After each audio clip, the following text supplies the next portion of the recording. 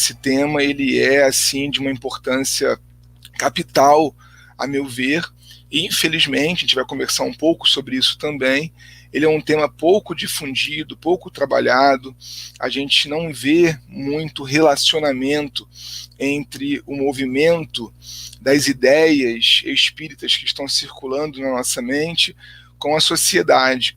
Existe ainda, né, uma construção a se fazer sobre a aplicação da doutrina espírita à vida e àquilo que a gente está experimentando aqui agora, num mundo ainda de provas e expiações. Então, eu queria começar dando os parabéns pela escolha ousada do tema e também pedindo perdão caso a gente não fique à altura dessa importância tão grande. Bom, eu queria começar com uma pequena introdução antes de nós partirmos para o tema e atacá-lo de maneira mais frontal, pensando com vocês o que é o Espiritismo. Parece que essa é uma pergunta fácil de responder, mas a meu ver só parece, porque quase sempre a gente vai ser levado a responder essa pergunta baseado naquilo que nos apresentaram, baseado naquilo que a gente teve a oportunidade de construir. Porque repara você, a gente tem uma história do ponto de vista da doutrina espírita muito particular. A chegada num centro espírita, ou então algum parente que nos levou àquela ideia, ou até mesmo um livro que nos foi oferecido para o nosso entendimento do que seja o espiritismo. Mas quase nunca, em termos de espiritismo brasileiro, a gente construiu autonomia para responder a essa pergunta. E o que eu chamo de autonomia? Uma leitura crítica daquilo que a gente entende como sendo o espiritismo clássico, as obras de referência, para que por nós mesmos saibamos responder a essa pergunta. É tão delicado que o próprio Allan Kardec escreveu um livro. Esse não é o primeiro livro de Allan Kardec, é um livro de propaganda, em que ele se propõe a responder a essa pergunta: o que é o Espiritismo? O livro não tem uma interrogação, né? O título do livro é O que é o Espiritismo, mas a gente vê nos diálogos com o cético, nos diálogos também com o padre, que Kardec está disposto a responder essa pergunta: o que é o Espiritismo? E tem um dado momento da obra em que ele vai dizer que o Espiritismo ele é uma ciência de experimentação. Reparem vocês, ele fala um pouco mais do que isso, a gente vai detalhar o pensamento de Kardec aqui, mas ele começa dizendo: o Espiritismo é uma ciência de experimentação. Então, antes da experimentação ainda, é uma ciência. O que significa para nós entender o Espiritismo como ciência? Significa que o Espiritismo não é uma crença.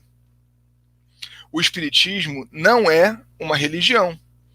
O Espiritismo ele se baseia empiricamente num fenômeno que a gente entende como mediunidade, o fenômeno espírita, que é evidenciado e que é experimentado pela mediunidade. Então, enquanto ciência, a doutrina espírita vai à experimentação para visualizar aquilo que nós chamamos de mundo espiritual. O objeto central do espiritismo é o mundo espiritual e as relações entre nós encarnados e os seres desse mundo espiritual. E se o objeto é a relação com os espíritos, nós precisamos da mediunidade. Então, para Kardec, a doutrina espírita começa como ciência experimental, experimentando o fenômeno espírita e compreendendo-o como uma forma nova de se relacionar com o plano espiritual. Depois ele diz, essa ciência experimental, ela apresenta uma grande filosofia. E essa filosofia, ela é espiritualista. Vocês estão ouvindo aí o domingo de manhã de uma residência com 3 crianças, né? A participação especial vai acontecer de vez em quando, a Melissa, o Guilherme, o Henrique, entrando de vez em quando no áudio de vocês. A gente vai pedindo também a compreensão nesse sentido aí para o domingo, né? O José Cláudio tem toda a razão. Infelizmente o espiritismo é pouco lido, pouco estudado, é muito lido, mas pouco estudado. Precisamos estudar com responsabilidade as obras básicas para transmitir a mensagem consoladora. A gente está em plena concordância, viu, José Cláudio? E essa leitura, que muitas vezes é muito mais dos livros contemporâneos, mediúnicos, psicografados, do que das obras clássicas, ela vai enviesando o pensamento espírita, de maneira que a gente nem enxerga mais ele como ciência e uma filosofia espiritualista. Era onde eu estava, né? Ele é uma filosofia por quê? Porque apresentado ao fenômeno espírita, Kardec depreende dele um conjunto de conhecimentos, um conjunto de entendimentos da vida, das coisas, das leis que regem o universo. Então repara, a partir de um fato novo, que não é novo em termos de ocorrência para a humanidade, mas que é novo em termos de método de observação, a relação com os espíritos está presente em todos os povos, desde a antiguidade mais remota, mas ela ainda se apresenta como novidade no sentido de um método para a sua observação, para o seu entendimento. E Kardec vê que, observando esse fenômeno, aplicando a ele um certo método, nós podemos depreender uma filosofia. O que é uma filosofia? Senão um conjunto de conhecimentos a partir de um determinado ponto de vista. Qual é, então, o ponto de vista espírita para o mundo, para as coisas, para as leis? Somos um espírito imortal, que estamos mergulhados hoje num corpo físico, atravessando uma jornada que talvez seja a jornada do aperfeiçoamento, a jornada de conquista da liberdade plena, a jornada de entendimento com empatia e amor do direito do outro, da posição que o outro ocupa, para compreendermos que é exatamente a posição em que nós estamos espiritualmente. Mas essa filosofia, ela não é um conjunto frio de conhecimentos. Esse conjunto de saberes, ele tem uma aplicação direta na vida, que vai proporcionar, então, segundo Kardec, consequências moralizadoras. Então, veja bem, o que é o Espiritismo? Para a gente acordar nessa manhã de domingo com um conceito de Allan Kardec. O Espiritismo é uma ciência experimental, da qual depreendemos uma filosofia espiritualista de consequências moralizadoras. Se fosse segunda-feira, eu estivesse numa sala de aula, eu ia dar uma paradinha agora para os alunos anotarem. O Espiritismo é uma ciência experimental da qual se depreende uma filosofia espiritualista de consequências moralizadoras. Aonde que entra a religião nessa história? Não entra. A religião, claro, gente, num sentido clássico, não é mesmo? De liturgia, de sacramento, de hierarquia. Essas coisas não existem na doutrina espírita. O que existe é uma busca por respostas cósmicas. E nessa busca por respostas, Deus, o universo, as leis naturais. A Bia falou que está anotando, mas também, né, Bia? Você anota tudo. A Bia é a escriba oficial. A gente tem, então, uma série de temas que são tratados pelas religiões clássicas, perpassando o espiritismo. Claro, é natural que seja assim. É natural também que nós tenhamos o desenvolvimento dentro da doutrina espírita de uma sensibilidade religiosa. Vai se desenvolvendo um senso moral, como Kardec gosta de chamar. Mas isso tudo, minha gente, é consequência da ciência e da filosofia que são o espiritismo. Nesta ordem: ciência, filosofia e uma moral, uma ética. Se nós preferirmos chamar esse terceiro pilar de religião, tudo bem, ninguém vai brigar com a gente. Mas Allan Kardec resiste bravamente a interpretação de doutrina espírita como religião. E eu digo isso porque a gente vai entrar agora num momento de aplicabilidade da doutrina espírita que não é possível se ela se encaixar dentro do escopo do que é uma religião clássica. Se nós compreendermos a doutrina espírita exclusivamente ou primeiramente, não precisa nem ser exclusivamente, se eu compreendo de cara a doutrina espírita como uma religião, tudo que nós vamos falar daqui para frente não será possível de se realizar. Porque a religião clássica, ela está apartada do mundo, da matéria, da vida aqui e agora, aguardando de maneira passiva quase sempre aquilo que vai se dar num mundo espiritual, seja no céu, no paraíso, no purgatório. Quer ver um entendimento enviesado, muito relacionado com aquilo que o José Cláudio falava ainda agora? A gente transforma determinadas expressões, como por exemplo, nosso lar, em sinônimos de céu. Muitos de nós, eu me incluo nesse grupo, viveram durante um tempo, ou vivem ainda, aguardando o dia em que chegarão ao nosso lar. Como se nosso lar e umbral fosse céu e inferno dos espíritas. A nomenclatura levou a isso, em termos de cultura espírita no Brasil, muito largamente. É um percentual muito alto de irmãos e irmãs que tratam nosso lar e umbral como sinônimos de céu e inferno. E por quê? Porque a gente encara o espiritismo prioritariamente ou primeiramente como religião.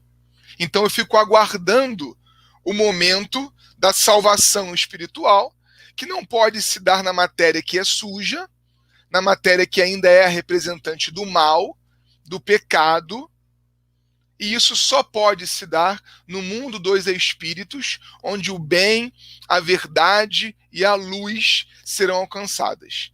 Só que essas coisas, Alessandra Guiar, que falou lá a verdade, Maria José, que comentou, já ouvi isso muitas vezes, isso não é espiritismo. Então, eu quero responder à pergunta, o que é o espiritismo, ajudando também com essa provocação do que não é o espiritismo. Não é religião. Definitivamente não é. Antropologicamente, sociologicamente, qualquer pesquisador que estudar o nosso movimento espírita, e eu falo de dentro dele, né? Não falo como nenhum crítico externo, vai nos apontar como religiosos comuns, o que é uma pena, porque apesar de nós bradarmos que não temos rituais, que não temos hierarquias, infelizmente, a organização social, o movimento social, que é o espiritismo, ainda possui. E nesse momento, entendendo a doutrina espírita como ciência experimental, da qual se depreende uma filosofia espiritualista de consequências moralizadoras, eu queria trazer para vocês uma comparação, já que Kardec insiste em dizer que é ciência, com as ciências que nós estudamos nas universidades, com as ciências que nos são apresentadas na escola. Porque repara bem, quero evocar aqui aquele momento em que você estava na escola, ou o seu momento no banco acadêmico. Existe a ciência pura, nomenclaturas científicas, tá? A ciência pura e a ciência aplicada. O que é, por exemplo, eu não vou me arvorar aqui em trazer exemplos da física ou da matemática, que seriam muito bons, porque são ciências exatas e, portanto, a partir de um entendimento, a Selma está dizendo que chegou tarde. Nunca é tarde, Selma, seja bem-vinda e bom dia a todos e todas, viu? Graças a Deus a Semana Espírita Macaense está cheia e eu não dei conta de dar bom dia a todos que chegaram, né? Chegou aí a Carol Madeira, a Rita Domingues, a Ivone Mota, a Marina Ferri, também vieram aí o Daniel Rosa, a nossa amiga Lucila, Júlia Beatriz, Cristina Souza, sejam todos bem-vindos e bem-vindas aí. Luiz André, Edmar, chegando lá pelo Facebook. Então, a ciência pura, que no campo das ciências exatas talvez fosse um pouco melhor exemplificado, porque tem a matemática do número, que você estuda na escola. Então você aprende, por exemplo, operações matemáticas, né? Vamos aprender lá adição e subtração, depois multiplicação e divisão, mas tem também a aplicação disso ao mundo. Imaginem vocês, a gente vive hoje, eu falei que não ia dar exemplo, já estou aqui dando uma de espírito pseudo-sábio, falando daquilo que eu não sei, né? Vou parar já já. Mas imagina a rede social, graças a um algoritmo, que particularmente eu nem sei o que é, a Semana Espírita de Macaé chegou no seu Instagram, chegou no seu Facebook. Ofereceram para você no YouTube a propaganda desse momento de estudos. Ou seja, existe uma aplicação avançadíssima daquela matemática básica que eu estudei na escola. Então a ciência pura é aquilo que é básico. A ciência aplicada é quando eu levo isso para a vida. A definição de ciência aplicada está aqui, ó. Ramo que visa as aplicações do conhecimento para a solução de problemas práticos. Não é verdade, Fernando? A gente ainda está preocupado, né, com esses conceitos de salvação, de pecado. É até natural, porque tem muito pouco tempo que isso era para a gente tudo que existia. Mas não é espiritismo. Precisamos apertar o F5, né, do perispírito para abrir então a nossa mente e compreender essa grande novidade na história da humanidade que é a doutrina espírita. Mas a ciência aplicada então, ela procurará resolver problemas práticos. Vamos trazer para o espiritismo? Para a gente ficar então na nossa zona de conforto e falar daquilo que a gente está estudando? A ciência espírita pura é a observação da comunicação espiritual. É preciso fazer ciência pura. É preciso observar o mundo espiritual. Não há espiritismo sem espíritos. Não há. A gente pode até ter um grupo de estudos espíritas, mas prática espírita, entendimento de mundo espiritual, se dá com os espíritos, com a mediunidade, e a gente vai ver que isso não para em Kardec, isso começa com ele, porque a doutrina espírita é progressiva, ou seja, ela avança ao longo do tempo. Kardec abriu uma porta, e nós entramos por um cômodo novo. Nesse cômodo novo, vários outros elementos nos serão apresentados. Kardec não apresenta todos, Kardec abre a porta. Mas então a ciência aplicada seria o quê? Qual é a aplicação que a comunicação com os espíritos pode nos oferecer? Vamos ficar com um exemplo. Nessa ciência experimental, através de uma série de métodos colocados por Kardec, lá no Controle Universal do Ensino dos Espíritos, nós chegamos, por exemplo, a uma conclusão. Somos imortais. Veja bem, eu sou um espírito imortal? É uma descoberta desse método medianímico de Allan Kardec de dialogar com os espíritos. Só que quando eu descubro que sou um espírito imortal, a minha vida prática muda. Aqui em casa isso muda todos os dias a minha vida. Porque quando eu olho para o comportamento de uma das nossas crianças, eu sou necessariamente levado a pensar, é um espírito mortal. Educa, orienta, mas vai com calma. Porque não é em uma encarnação, muito menos em uma infância curta, como a de um mundo de provas e expiações, que ele vai conseguir introjectar isso. Então vai com calma. Não queira que a sua criança mude o seu comportamento de uma hora para outra, porque é um espírito imortal, não é um livro em branco, como alguns importantes expoentes da psicologia e da educação diriam. Não é um livro em branco. Não começou a sua jornada agora e também não vai terminar com as minhas mãos. Isso dá uma aliviada, não dá? Eu continuo com a responsabilidade de guiar aquela alma por um caminho o mais reto possível para ficarmos com Leon Denis no seu grande texto, O Caminho Reto, mas essa responsabilidade é compartilhada. Compartilhada com aqueles que chegaram antes de nós na vida daquele espírito imortal. Compartilhada com aqueles que ainda virão na vida daquele espírito imortal. Compartilhadas com o guia daquela alma ali, que está entendendo-a ao longo de milênios. E às vezes a gente acabou de chegar, se não hoje, há poucos séculos, na vida daquela alma. Então olha que beleza, a ciência aplicada. Educação do ponto de vista espírita é uma ciência aplicada do espiritismo. Reparem, não é o espiritismo puro, não é a ciência pura, porque essa é a observação da fenomenologia espírita, que precisa ter. Nada disso que passou a época do fenômeno, precisamos continuar experimentando junto aos espíritos. Repito, não há espiritismo sem espíritos e, portanto, sem mediunidade, porque é o jeito de intercambiar com eles. Mas há um sem número de aplicações desse espiritismo. Nós tivemos aqui a Regina falando que conhecimento e prática às vezes não andam juntos, infelizmente. Quanto mais estudamos Kardec, mais entendemos o espiritismo, mais vamos descobrindo, não é mesmo, Regina, a aplicação dele. As explicações deste tema é como um sol de domingo para nossas almas, falou a Zoraida, seja bem-vinda, a Neuza Pinheiro também, a evolução não dá saltos. O Messias disse que pensa ser o entendimento da prática do amor e da fraternidade com todos o tempo todo. Muito bom. Sejam bem-vindos aí vocês de Alegre no Espírito Santo, a Laís e Porto também.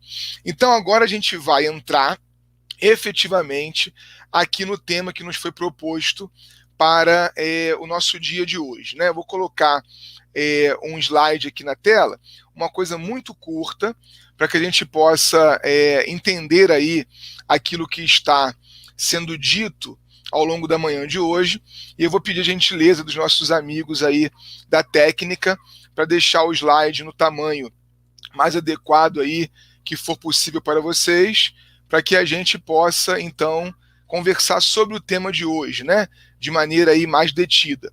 Eu vou colocar de um jeitinho aqui que eu possa ver ainda o chat de vocês conforme a gente for conversando. Eu acho que assim vai ficar melhor para a gente interagir. Dessa maneira aqui, por exemplo. Já apareceu para vocês? Os nossos amigos estão aí colocando na tela nesse momento, né? Está aparecendo para vocês aí o nosso slide? Parece que sim. Alguém pode me dar, por favor, aí um ok no chat de que vocês estão vendo aqui o nosso slide? Algum amigo ou amiga aí atento que possa digitar tudo ok, Saulo? Sim, estamos enxergando, para a gente não perder nada. Muito obrigado, José Cláudio, vendo o slide. Obrigado, Isabelle. Muito obrigado pela gentileza de vocês aí, Edmar também. Obrigado, mãe. Livros de futebol, gostei. Obrigado. Valeu, Cacilda. Bom, uma das aplicações mais importantes do nosso tema é a questão social. Então eu comecei parabenizando e quero reforçar. Parabéns à organização aí da semana de número 82 de Estudos Espíritas em Macaé, porque a gente hoje vai ter a oportunidade então de conversar um pouquinho sobre a aplicação dessa ciência espírita. E as questões sociais, antes de nós falarmos da instituição, elas têm uma aplicação direta na vida a partir da proposta espírita. Porque, veja bem, uma coisa é a doutrina espírita, outra é aquilo que nós fazemos dela. Vocês pararam para pensar nisso já? Eu gosto muito de um raciocínio de Leon Denis. Aliás, antes disso, eu gosto muito de Leon Denis, né? Aparece aí para vocês a propaganda, como não poderia deixar de ser, de um portal que nós temos criado junto com outros amigos e amigas apaixonados e apaixonadas por Leon Denis, que é o perfil @leondenisonline e também o site leondenisonline.com. Há também Facebook desse grupo, e a gente procura estudar o espiritismo clássico, começando por Leon Denis, que é esse grande continuador de Allan Kardec. E Leon Denis propõe algo que me parece bastante interessante no livro No Invisível. Ele faz uma pequena distinção entre doutrina espírita e espiritismo. Obrigado, viu, Carol, Rosi, Márcia, Zoraida, Laís, que deram também os oks aí. Ele propõe que doutrina espírita é esse conjunto de conhecimentos, é a filosofia espírita, ok? Doutrina espírita é igual à filosofia espírita. Aqueles conhecimentos todos depreendidos da ciência experimental que é o espiritismo. No entanto, ele usa o termo espiritismo de maneira um pouco diferente daquilo que no Brasil a gente resolveu usar. Ele diz que espiritismo é aquilo que os homens farão, o ser humano, claro, da doutrina espírita. Repara, talvez espiritismo não seja sempre doutrina espírita. Espiritismo é a doutrina espírita em movimento. É a doutrina espírita aplicada, como nós estávamos pegando emprestado da ciência essa aplicação. Então a doutrina espírita é a filosofia pura. É o entendimento como ele nos chega. E é claro que esse entendimento é o que é, porque ele é experimentado pelo método científico espírita. Mas existem aplicações que dependem dessa figura aqui, ó. Dessa figura aí que são vocês, que somos nós, seres humanos. Então os seres humanos vão fazer aquilo que eles quiserem da doutrina espírita. Isso é muito sério. Nós precisamos fazer uma autocrítica que não pode ser de vez em quando. Precisamos sempre estar em contínua autocrítica. Será que o espiritismo que eu faço, ele se aproxima dos objetivos da conceituação de Allan Kardec? Não que nós tenhamos que concordar em tudo com Allan Kardec. A Marli dando bom dia, diretamente da Zona Mata Mineira. Seja bem-vinda, querida. Nós não precisamos concordar sempre. A doutrina espírita é progressiva, lembra? Então ela vai seguir, ela vai crescer o tempo todo. Ela não precisa estar parada, ela não pode estar parada em Kardec. Mas nós precisamos, de vez em quando, voltar ao início. Para olhar, peraí, esse espiritismo que eu estou fazendo é Kardec? Espiritismo de nosso lar e umbral não é Kardec. Não é Kardec. Espiritismo de pecado, culpa, hierarquia, sacerdócio, guru, médium como aquele que tem a última opinião só porque ele trouxe uma informação dos espíritos, não é espiritismo com Kardec. Repara. Então, qual é o espiritismo que nós estamos fazendo? Fica isso no ar para a gente avançar daqui a pouquinho. Porque agora a gente precisa aplicar numa das mais importantes aplicações da doutrina espírita no mundo contemporâneo, a questão 573. Eu coloquei um trechinho dela aqui, por isso tem esse parênteses aqui com reticências, porque continua a resposta. Mas o que nos interessa hoje é, Kardec pergunta, em que consiste a missão dos espíritos encarnados?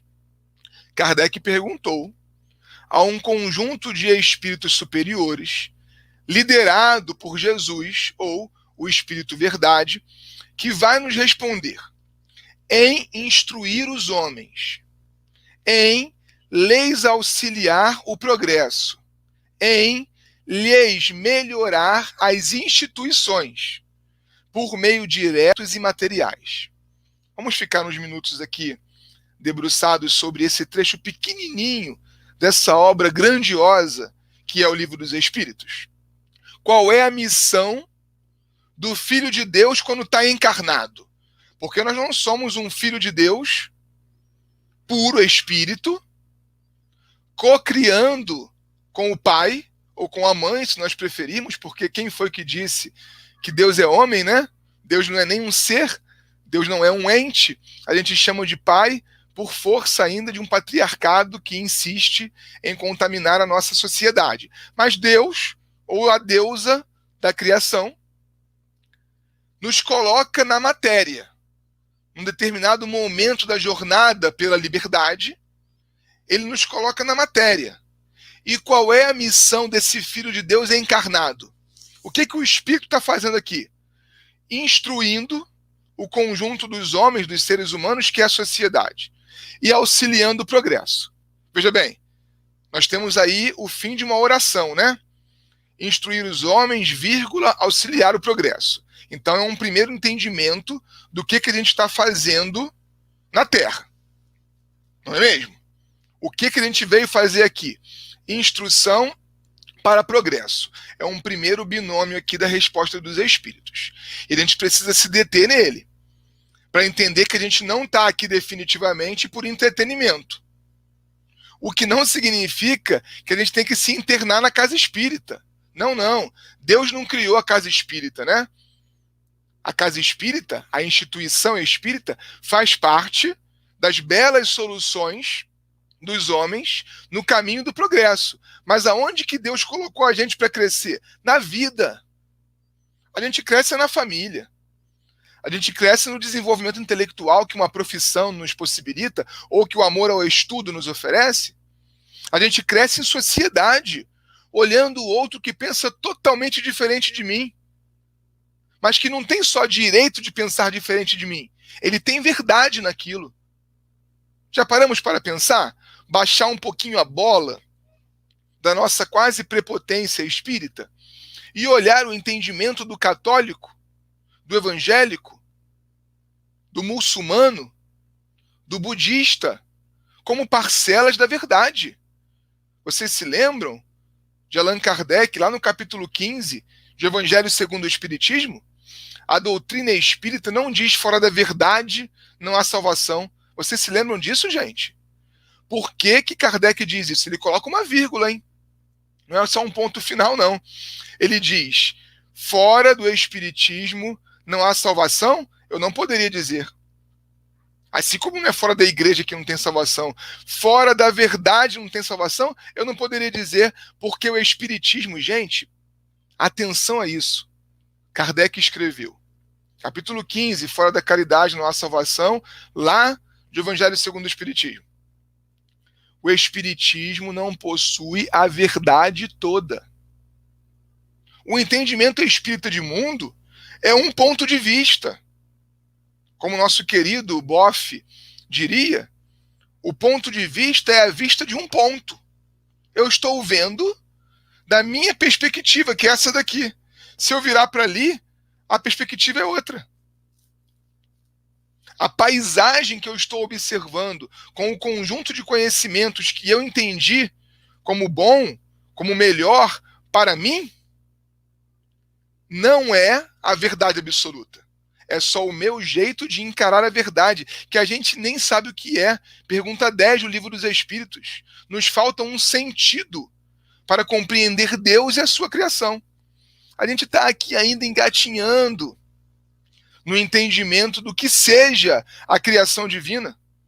Cada um traz as suas verdades, pois é, Selma. E a observação do mundo precisa cada vez mais do somatório de verdades.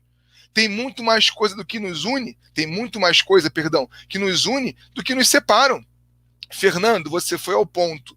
A gente poderia encerrar agora. A doutrina dos espíritos é igual à autonomia. Exatamente a autonomia. O contrário disso, a heteronomia, não é desejável. Mas fica aqui a provocação da autocrítica. Estou falando de mim mesmo, não estou falando de ninguém. Estou falando da casa espírita em que eu faço parte, estou falando do meu modo de enxergar o espiritismo. A gente ainda enxerga de maneira heterônoma. Ou seja, criando hierarquias, dizendo quem é o professor e quem é o aluno, quem é o palestrante e quem é o público, quem é o atendido e quem está fazendo a caridade. Isso não existe. Não existe. Quem está fazendo caridade e quem está recebendo ali. O que é caridade? É a distribuição da sopa? Ou é a luta por uma equidade nessa sociedade que nós vivemos? Então, esse diálogo com o outro, como a Jussara falou, além de compreensão e respeito, vai nos levar a entender que todo mundo auxilia o progresso, porque todo mundo é filho de Deus, e em cada cantinho que a gente foi colocado por ele, necessariamente levados a enxergar por aquele ponto de vista. Ora, eu nasci espírita. A minha avó materna já era espírita. Nasci e a minha mãe estava no centro espírita. Eu fui levado a encarar a vida por aquele ponto de vista. É claro que eu tenho autonomia para abandonar esse ponto de vista e olhar por outro. Mas aquele em que eu nasci e quis ficar, ele me apresenta um ângulo que não é tudo. Não é tudo. Por exemplo, Leon Denis nos ensina sobre a importância da meditação. Kardec fala da meditação. O que o espiritismo brasileiro tem a ensinar sobre meditação? Nada. A gente abandonou isso. Nós temos só a aprender com a yoga, com as tradições orientalistas como um todo. Isso não significa que a gente vai trazer uma outra tradição para a prática espírita. Mas nós estamos reconhecendo que o nosso ângulo da verdade não é completo. Aí tem a segunda parte da resposta dos espíritos. Em lhes melhorar as instituições. Olha aqui, ó. Eu não sei de onde que a organização tirou de maneira tão perspicaz a palavra, mas a instituição espírita está aqui, ó, no Livro dos Espíritos. Eles não declaram a instituição espírita, é qualquer uma, são todas elas, mas qual é o objetivo do espírito encarnado? Melhorar o aqui e agora. Olha que coisa. A missão do espírito encarnado, os espíritos poderiam dizer, é se melhorar para ir para nosso lar. Vocês estão entendendo, gente? Os espíritos não disseram. A sua missão encarnado é conquistar umas coisinhas novas, passar por umas provas, uns perrengues aí chamados expiação, é viver umas vicissitudes e depois ir melhor para o mundo espiritual. Não. Não, não, não. Os espíritos disseram que a missão da gente enquanto estiver encarnado é melhorar a instituição. E como? Fazendo prece?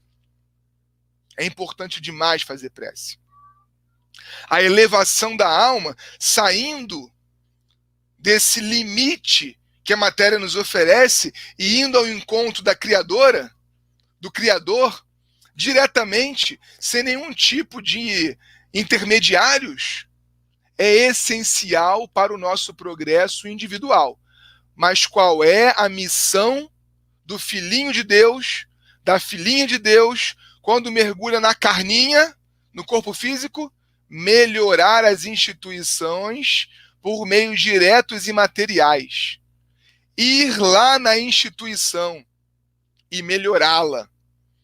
Ir diretamente onde estão as pessoas, os irmãos, as irmãs, e no diálogo, na empatia, melhorar aquilo que está posto de uma maneira que, de repente, não é a mais adequada. Às vezes, as instituições não estão da melhor maneira que poderiam estar. E nós vamos até ela para melhorá-la. É uma das missões do espírito encarnado.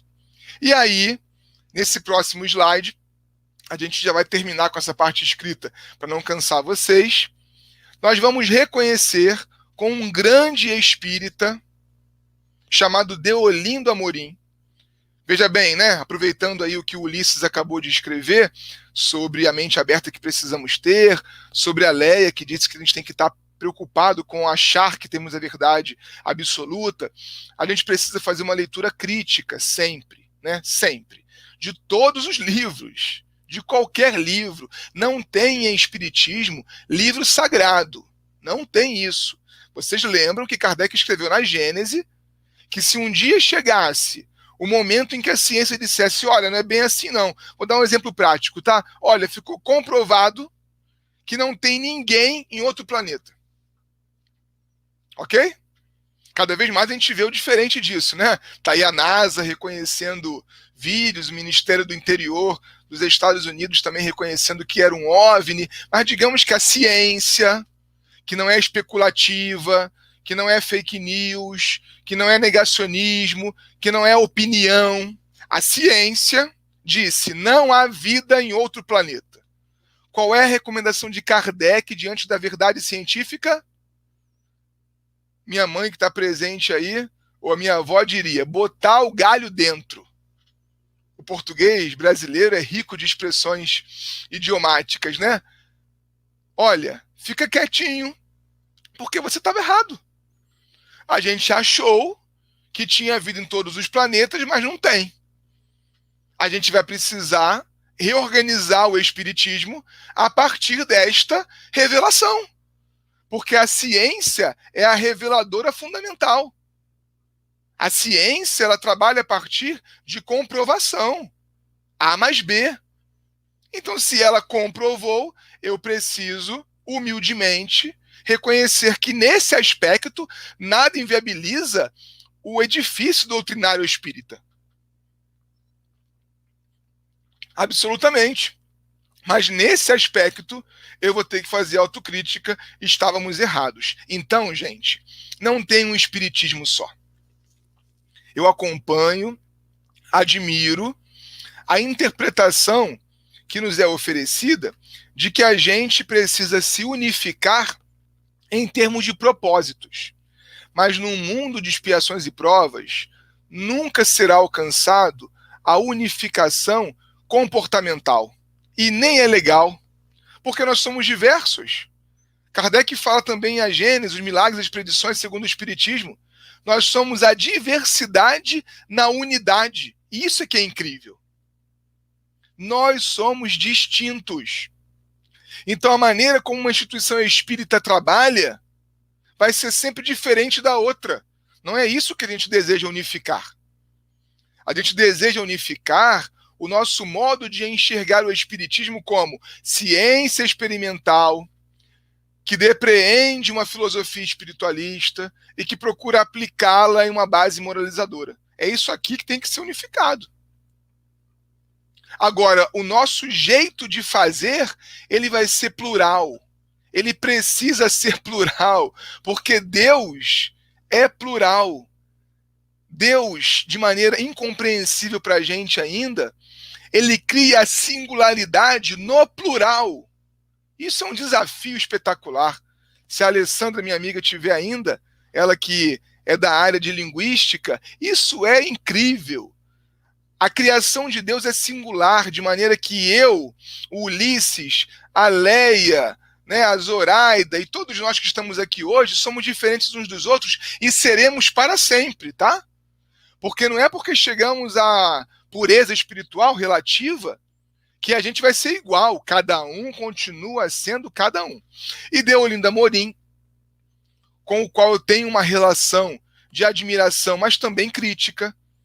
Por exemplo, me parece que Deolindo trabalhou de maneira um tanto quanto enviesada a questão do africanismo, da africanidade, da contribuição incrível das pessoas e cultura preta, parda, negra nesse país que é o Brasil. Me parece que ele entendeu pouco isso. A Alessandra aí, ó, a criação de Deus é plural e singular, isso é lindo. Deolindo me parece que entendeu de maneira um pouco preliminar demais, né, a relação do espiritismo com as crenças afrodescendentes. Então a gente precisa fazer uma leitura crítica da obra de qualquer um.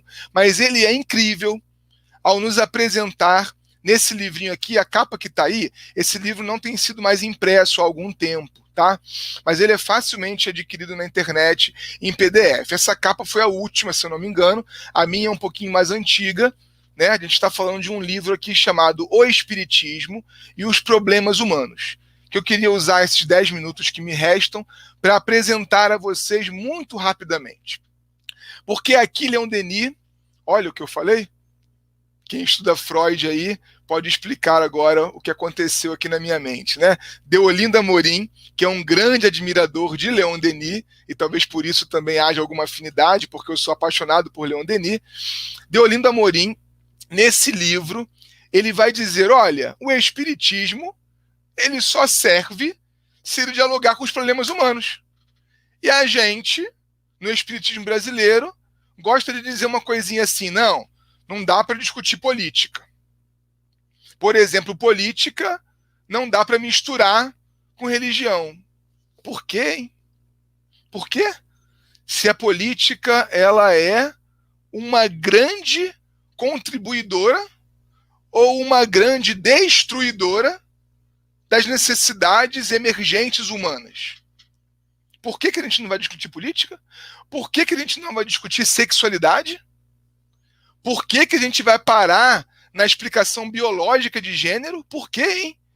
Porque se a ciência está nos apontando E a ciência não é só a matemática, né? A ciência é a sociologia, é a antropologia, é a psicologia. Se a psicologia está nos apontando o gênero muito mais como um construto social do que como algo biológico, por que a gente vai ficar falando em homem e mulher? Por quê?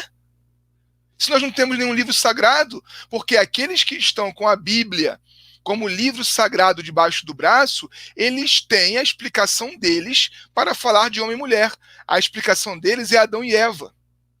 Mas para nós espíritas, Adão e Eva é uma metáfora da criação em Gênesis. Uma metáfora.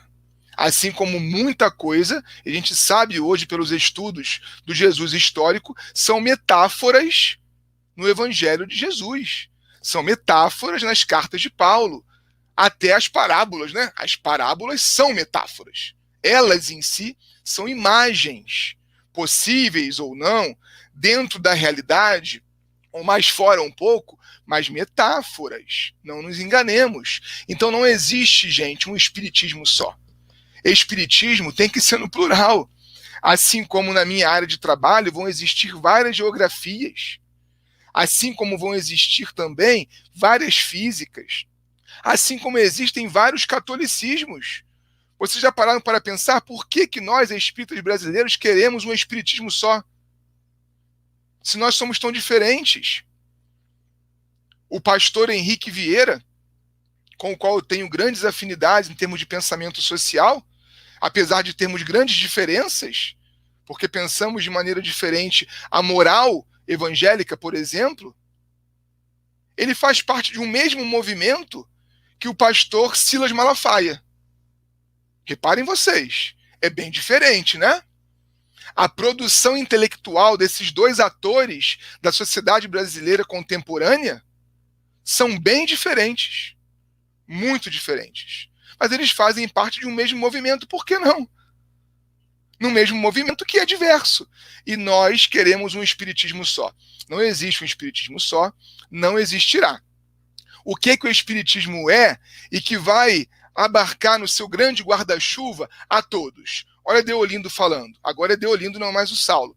O espiritismo é uma doutrina de sentido universal, podendo ter pontos de encontro e coincidências com diferentes doutrinas e religiões, conservando a autonomia dos seus princípios.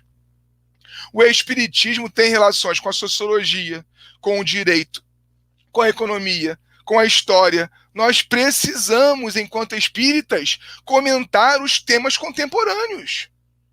Como que o espiritismo atravessa a história? Como que o espiritismo perpassa pela sociologia? E dentro da sociologia, a política. Como que o espiritismo encara, entendendo o espírito imortal, como que o espiritismo encara o modelo de governo presente no Brasil hoje? Como que o espiritismo encara o atual governo? Por que não? Nós não estamos falando aqui do espírita se tornar um partido político. Não precisa ser. Apesar de poder ser. Nós tivemos em São Paulo um grande deputado, Freitas Nobre, que vai fazer o prefácio, inclusive, do livro Socialismo e Espiritismo, de Leon Denis, pela editora O Clarim, que teve uma conciliação muito bem feita entre a atuação espírita e a atuação política. Mas nós não estamos defendendo aqui um espiritismo partidário. Nós estamos falando da discussão de temas que são problemas humanos e com os quais o espiritismo precisa ter relação. As questões sociais, elas precisam ser encaradas pela instituição espírita. Porque a instituição espírita, segundo a 573 aqui, ó, do Livro dos Espíritos, ela vai instruir os homens, auxiliar no progresso por meios diretos e materiais. Se os meios diretos e materiais que nós temos são, por exemplo, os comentários que a gente precisa fazer das coisas que estão acontecendo hoje, quando a gente não faz isso, a gente está abrindo mão da missão do Espírito encarnado na Terra. A gente não se posicionar já é um posicionamento, gente. E o não posicionamento, ele mantém uma coisa que nós chamamos nas ciências sociais de status quo. As coisas como estão. Quando eu não me posiciono e ajudo a manter as coisas como elas estão, eu deixei de executar a minha missão de melhoria das instituições. Olha o que Deolindo diz. Se é um erro, e erro aberrante, desprezar o espírito e concentrar todos os ideais do homem no círculo restrito das realizações exclusivamente temporais, é um erro, né, gente? Se eu vou desprezar o espírito e me concentrar na terra, eu não estou fazendo mais espiritismo. Eu estou fazendo um materialismo, concentrado na matéria como explicação das coisas. Isso é um erro. Deolindo fala que um erro doutrinário aberrante. Também é um erro, e dos mais inconsequentes, menosprezar o mundo a que se pertence, para ficar na pura contemplação do espírito, fugindo às leis da natureza. Repara, desprezar o espírito é um grande erro, mas ficar contemplando aquilo que virá, sem se manifestar e agir sobre aquilo que está acontecendo agora, é um grande erro também. E nós temos ainda insistido nesse erro por medo de misturarmos as coisas. Misturarmos as coisas que já estão misturadas, sabe por quem? Pela deusa criadora, pelo Deus criador. As coisas se misturam, porque a vida é uma mistura. A vida não é uma caixinha estanque, né? Caixinha da religião. A gente tratou assim durante a história da humanidade, não é mesmo? A gente tratou assim. Eu vou lá na caixinha da religião, me comporto de um jeito ali, ganho o céu, e depois volto para a caixinha da família, para a caixinha do trabalho, para a caixinha da profissão, e me comporto de outro jeito ali. A vida é uma coisa só. O César falou que discutir política é algo construtivo, e a gente precisa dessa construção benéfica. O Ulisses falou que num país de analfabetos políticos, vemos muitos irmãos apoiando, né, o que está acontecendo no Brasil, muito triste, realmente muito triste, e fruto desse medo da gente de misturar as coisas que já estão misturadas. Ainda, Deolindo Amorim, para a gente encerrar. O espiritismo, olha bem, hein? Já tínhamos visto com Kardec que o espiritismo ele é progressivo, ou seja, ele está sempre em construção. Agora Deolindo vai um pouco mais longe, pegando emprestado uma expressão de Leon Denis no livro Socialismo e Espiritismo, onde Leon Denis definitivamente não diz que o espiritismo é socialista, mas ele mostra as participações comuns das duas doutrinas, as afinidades, sobretudo com o socialismo utópico, para quem quiser a referência de estudo. O espiritismo, diz Deolindo, é progressista, afirma a liberdade espiritual e não crê na subordinação do homem a qualquer determinismo absoluto. O espiritismo nunca vai ser uma das utopias políticas. Ele não tem que se ligar a nenhuma visão política, mas ele precisa entender com o progresso, com o avanço disso que também é uma ciência, a ciência política, o modo pelo qual ele vai agir no mundo. O espiritismo tem por fim princípio a espiritualização do homem na sociedade, do ser humano na sociedade. Reparem, é a espiritualização da gente no mundo. Não é saindo do mundo que a gente se espiritualiza, é vivendo nele. Em mais uma aparente contradição, mas genialidade do Criador, a matéria serve para a gente se desmaterializar. A matéria serve para nós nos espiritualizarmos. E é em sociedade, é no contato com o outro, é na divergência que a gente se espiritualiza também. O espiritismo, por fim, acompanha a evolução das ideias e, por isso, não pode ser considerado fora da atualidade.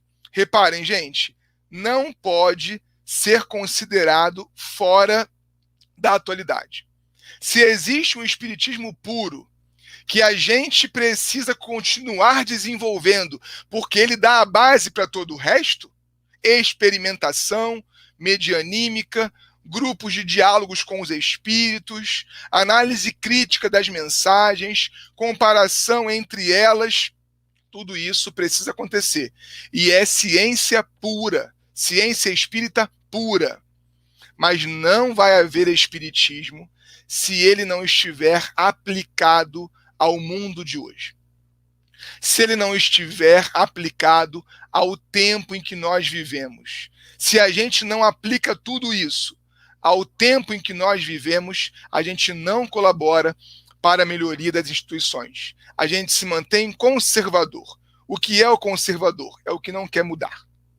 E não tem espaço para conservadorismo na lei de Deus. Porque a lei de Deus é de mudança contínua. Você já pensou que não existe a estática na lei de Deus? Mesmo quando chega a pureza relativa, o que o Espírito continua fazendo? Aprendendo. Aprendendo. Aprendendo. Aprendendo sempre. Porque se ele tiver todo o conhecimento, sabe quem ele é? A deusa criadora. E ele não é. Nós somos filhos dessa deusa. Aliás, a Alessandra está participando, eu quero agradecer a ela que me ensinou a militância na língua, né? A deusa criadora, ou o Deus criador, nos criou para a pluralidade. E a gente não tem o direito de parar na estática, achando que tudo vai ser como sempre foi. No centro espírita, se tudo tiver com 80 anos, tem alguma coisa errada, porque a gente avançou muito. Em 20 anos, a gente avançou de maneira incrível. As piadas que na minha época de adolescência eu fazia, elas hoje são crime. E a gente precisa fazer autocrítica para olhar e ver aquilo que eu era não serve mais. Deus está me oferecendo algo a mais na experiência com o outro. E que eu não tenho o direito de dizer o Espiritismo não discute o aborto, porque está assim no Livro dos Espíritos. Como é que é mesmo, hein? A questão do aborto que está lá no século XXI? Como é que é, hein? A transformação da educação que Kardec disse que vai acontecer em 2021? Como é que é a política mesmo, hein? Que Kardec estabeleceu em 2021? Eu preciso trazer para a vida, para o mundo contemporâneo. Deolindo merece ser estudado, Leon Denis merece ser estudado, e a gente precisa estudar. Se a gente parar nos livros psicografados pela mediunidade brasileira e não dermos um passo atrás, a gente não descobre o que é o espiritismo e, portanto, o que ele não é, e a gente não consegue aplicá-lo à vida real. Leon Denis, para finalizar, porque eu já estourei o tempo, como sempre faço, ele diz que o espírita não é melhor do que ninguém por ser espírita. Repara, o espírita não é melhor do que ninguém por ser espírita. Mas, porque nós somos espíritas, nós poderíamos já estar um pouco melhores.